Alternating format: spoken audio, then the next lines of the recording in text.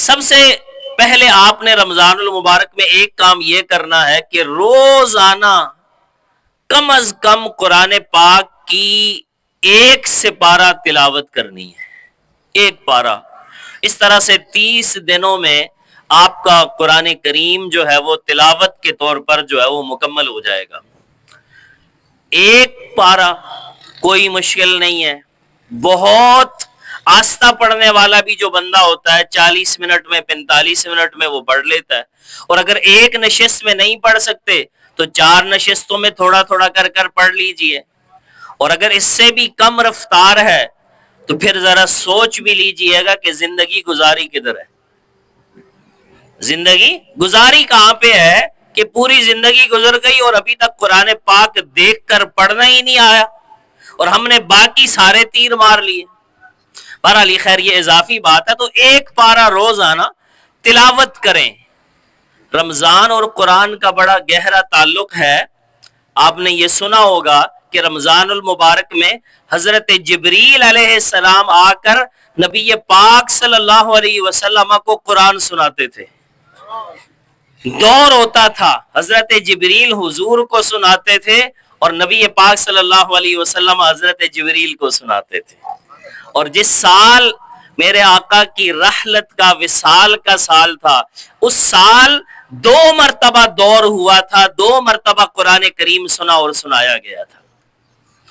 اس کے بعد دوسرا کام اگر کریں تو بہت اچھی بات ہے کہ 1 رکوع 2 رکوع قرآن پاک کا ترجمہ پڑھ لیجئے. آج کل یہ بھی ایک بڑا فتنہ آیا ہوا ہے، کہتے ہیں جی دیکھ کے پڑھنے کا کیا فائدہ ہے.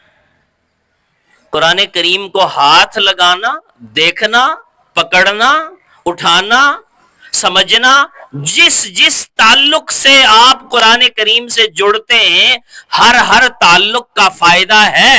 ہم بے شک یہ بات میں آپ کو بتا ہی رہا ہوں کہ 2 رکوع 1 رکوع جتنا بھی آپ ترجمہ پڑھیں سمجھنے کی کوشش کریں، یا کہیں نماز تراویح کے بعد تفسیر بیان ہو رہی ہے وہ سنیں، یہ کمال کی بات ہے. لیکن اس کا مطلب یہ نہیں ہے کہ دیکھ کر پڑھنے کا کوئی فائدہ نہیں ہے. جب نبی پاک صلی اللہ علیہ وسلم نے فرمایا کہ 1 حرف پڑھنے سے 10 نیکیاں ملتی ہیں تو 100 کچھ بھی ہو وہ ملتی ہیں. تو 100 اس لیے دوسرا کام یہ ہوا کہ 1 رکوع 2 رکوع جتنا بھی آپ قرآن کریم کو سمجھنے کی کوشش کریں. تیسرا، جب آپ سحری کے لیے اٹھیں رات کو اتنا پہلے اٹھ جائیں، 2 رکعت 4 رکعت 6 رکعت 8 رکعت جتنی بھی زہ نصیب آپ نماز تہجد ادا کر لیں. یہ جو رات کا آخری پہر ہے نا یہ عام دنوں میں بھی بہت عجیب پہر ہے. مانگنے والوں کے لیے، اللہ سے کچھ لینے والوں کے لیے بڑی خاص گھڑی ہے عام دنوں میں بھی. تو رمضان المبارک کی تو پھر شان ہی الگ ہے. تو گویا کہ جب آپ سحری کے وقت نماز تہجد ادا کریں گے، اور کمال کی بات یہ ہے کہ سحری کے وقت جو آپ کھانا کھاتے ہیں کھانا کھانے کا بھی ثواب ہے. کھانا کھانے کا بھی ثواب ہے. کیوں کہ اس وقت اس لیے کھایا کہ اس کے لیے کھایا ہے. اس سے یہ بھی پتا چلا کہ جب آپ اپنی زندگی میں کچھ بھی اس کے لیے کریں تو اس کا ثواب ہی ثواب ہے. اس کے بعد یہ سحری کا سلسلہ ہوا. اس کے بعد استغفار روزانہ، جو بھی استغفار آپ کو آسان آتا ہے، استغفر اللہ ربی من کل ذنب واتوب الیہ، استغفر اللہ الذی لا الہ الا هو الحی القیوم واتوب الیہ، جو بھی آتا ہے 313 مرتبہ استغفار پڑھ لیں. اور نبی پاک صلی اللہ علیہ وسلم نے فرمایا کہ جس کے نام اعمال میں استغفار کی کثرت ہو گئی اس کا نام اعمال قیامت کے دن ہلکا نہیں ہوگا. اور اگر رمضان المبارک میں شروع کر دیا اور آگے سلسلہ چلتا رہا تو کیا بات ہے. اس کے ساتھ ساتھ اگر 313 بار درود پاک پڑھ لیں تو نبی پاک صلی اللہ علیہ وسلم نے فرمایا کہ مجھ پر جو کثرت سے درود پاک پڑھے گا، درود پاک پڑھنے سے ہوتا کیا ہے؟ ہوتا یہ ہے کہ ہم اپنے محبوب کو یاد کرتے ہیں. من احب شیئا اکثر ذکرہ، کہ جو کسی سے پیار کرتا ہے وہ اسے کثرت سے یاد بھی کرتا ہے. تو نبی پاک صلی اللہ علیہ وسلم کی جب کثرت سے یاد ہوگی تو نبی پاک صلی اللہ علیہ وسلم نے اس پر جو ہمیں بشارت دی، آپ نے فرمایا کہ قیامت کے دن جو مجھ پر زندگی میں دنیا میں کثرت سے درود پاک پڑھتا ہوگا، قیامت کے دن وہ دوسرے لوگوں کے مقابلے میں مجھ سے زیادہ قریب ہوگا۔